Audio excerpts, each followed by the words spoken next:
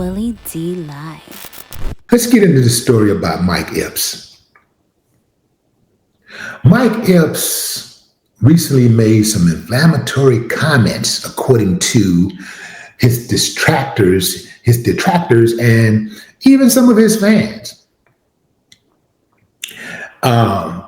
Mike, and has been like lately, Mike has really been like really speaking on letting his, he been freeing his mind and letting the rest follow, like he been speaking out on certain things.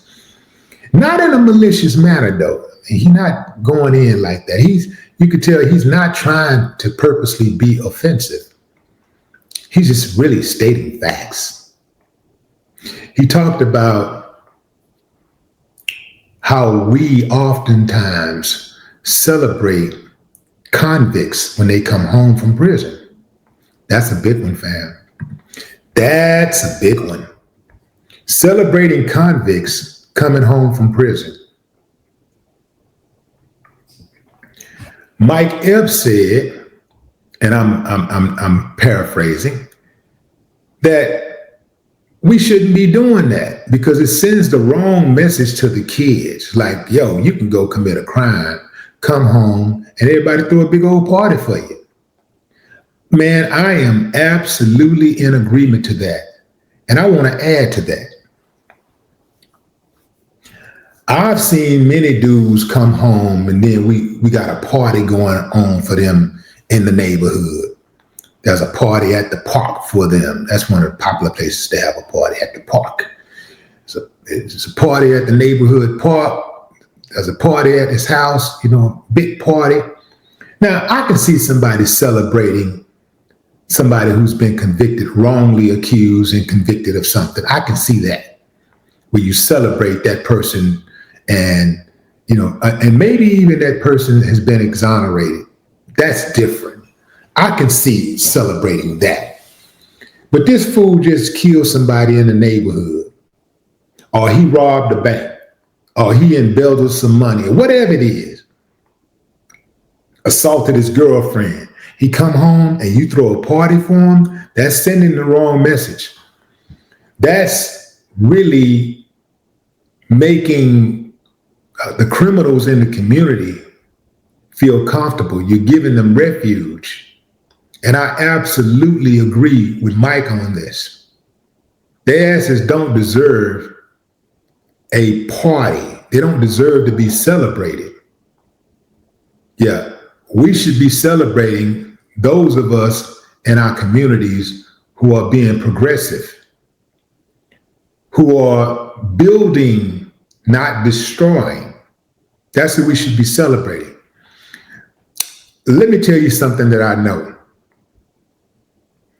I've lived long enough and had enough money to live in nice neighborhoods that are mixed, and I've lived in the poorest neighborhood where I grew up in that was primarily Black. So I've seen both sides, how people respond to criminals within their community. In the neighborhood that I grew up in, if you go out and kill somebody,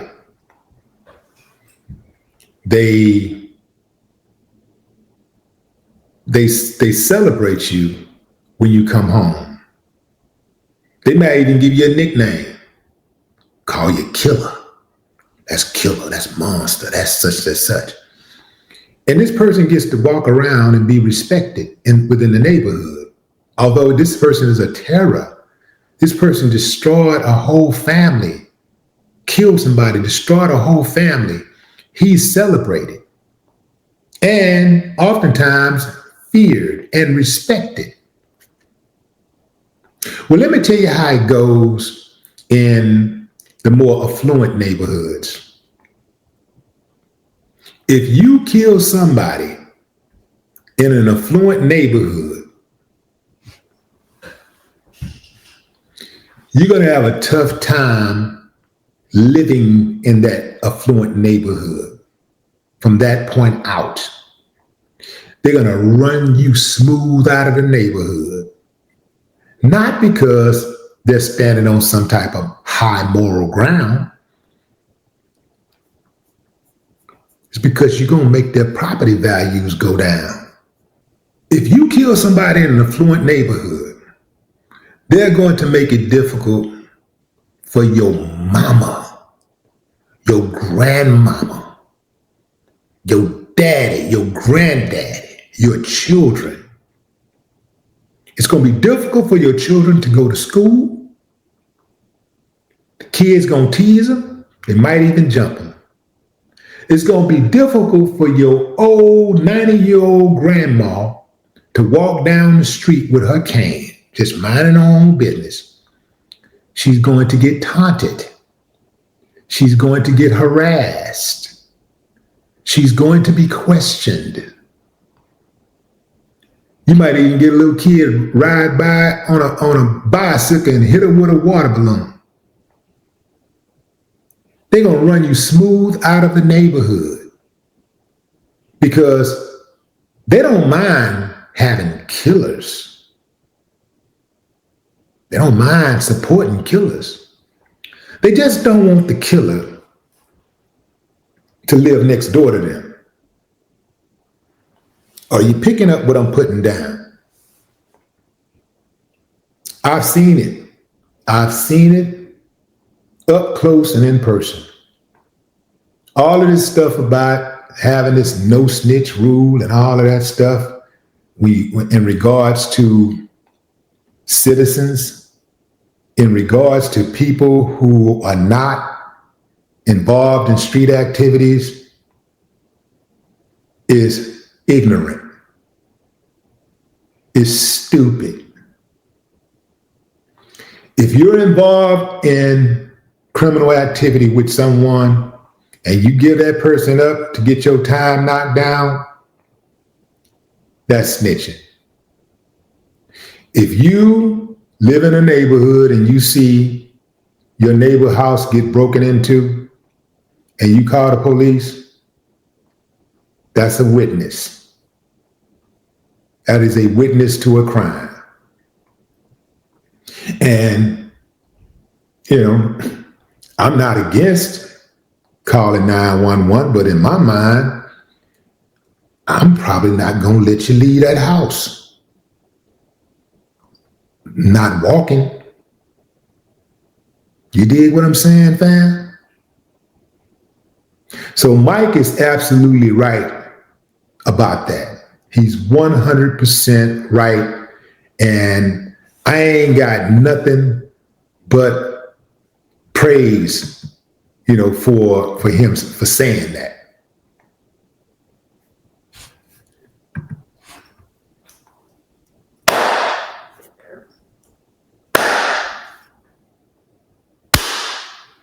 I ain't got no problem with that. And I also don't have a problem with him saying that in regards to slavery, we're still on the plantation. This is what he said. He was talking about how the so-called massa will give you money, will let you have certain stuff so that you can show off and stunt and flex on your own people. But if you try to show off and stunt and flex on massa, he gonna take it away from you. Now, y'all know we got a whole lot of people within our community who's getting money. And their number one goal is to flex on their own people. That's what they do. That's where that whole head N-word in charge come from, all of that.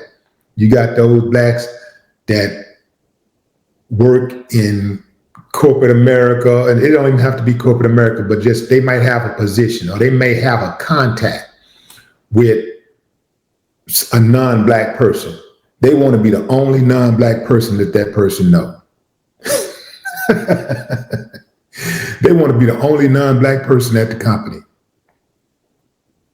They want to be the only non-black person that has those resources. Now, we know that happens in Hollywood. We know that Hollywood picks one comedian each cycle to shine. We know that's been going on forever. Well, a lot of us do it to ourselves too. We do that. Like, we want to be the only ones. And when we get our money, we get it to stunt on our own people. And this is why some of us get to the bag and we don't think about producing to put other Black people on or to help our own people. We think about producing so that we can buy more stuff to stunt on our people. So we can buy more stuff. We think about producing like that. We don't think about producing to grow communities, like building things, building infrastructures, building systems, building industries, so that we can employ our own people. So you're killing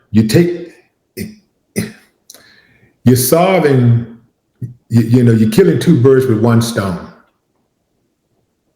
You're getting to the bag, but you're also helping your people get to the bag. And what a lot of us, and I understand why a lot of us move the way we do, because we're so tired of fighting. Every day is a fight. It's a fight to get that contract. It's a fight to get inside that room, get a seat at the table for us. Every day, all day, it's a fight.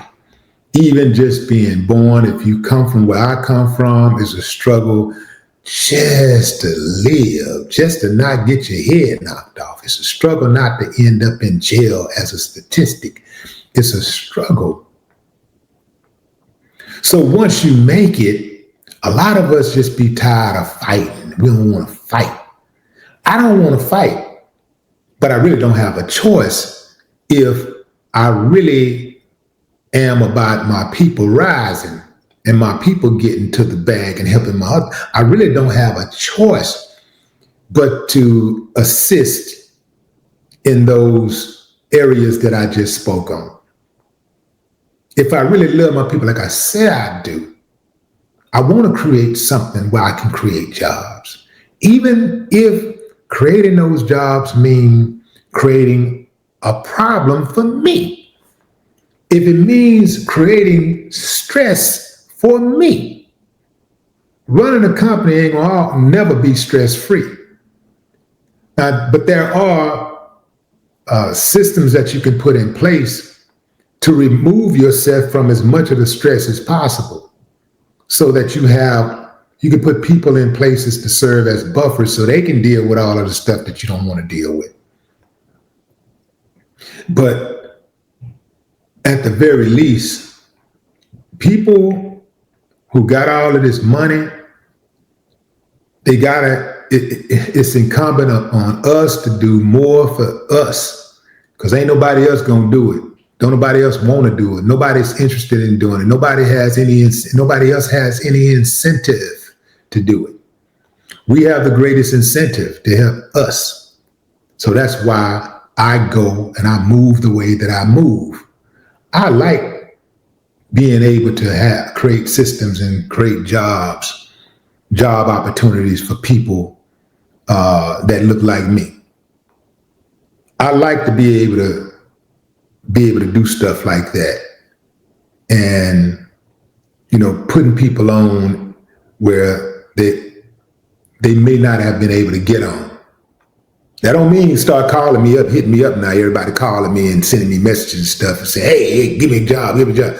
I don't do it like that. There has to be something unique that you're bringing to the table that I actually need at that time. You dig what I'm saying? Just like any other job out there that you were trying to get, there has to be an opening. and you have to be qualified for that opening. You can't just say, well, what can you do? Anything you need me to do. Now, that don't work. That don't work. But anyway, fam, Mike is on point again with that slavery thing. He's absolutely on point. I ain't got nothing bad to say about that. And the people that are offended by that, that's their problem. He ain't said nothing wrong. A hit dog will holler.